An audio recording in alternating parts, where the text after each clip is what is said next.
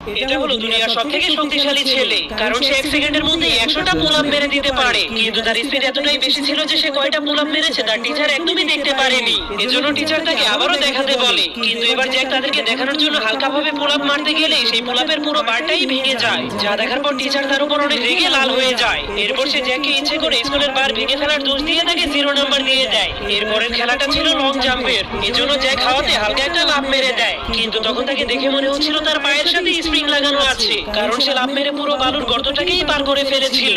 যা দেখে সকল স্টুডেন্ট অনেক অবাক হয়ে গেলেও টিচার তাকে বলে, তুমি বালির পুরো গর্তটাকেই পার করে ফেলেছো, এজন্য তোমাকে 0 নাম্বার দেওয়া হবে। এরপরের খেলাটা ছিল 100 মিটারের দৌড় প্রতিযোগিতা, এজন্য রেস শুরু হয়ে গেলেই সব স্টুডেন্ট দৌড়াতে শুরু করে দেয়। কিন্তু জ্যাক কিছু একটা ভাবতে ভাবতে সেখানেই দাঁড়িয়ে ছিল, কিন্তু তার হুঁশ ফিরে আসলেই সে এমন জোরে একটা লাফ মারে যে সে সোজা হাওয়াতে উড়ে যায়। কিন্তু সে নিচে নেমে আসলেই সবাই দেখতে পায় যেখান থেকে সে দৌড় শুরু করেছিল সেখানে অনেক বড় একটা গর্ত হয়ে গিয়েছে, যা দেখে মনে হচ্ছিল সেখানে একটা উল্কাপিণ্ড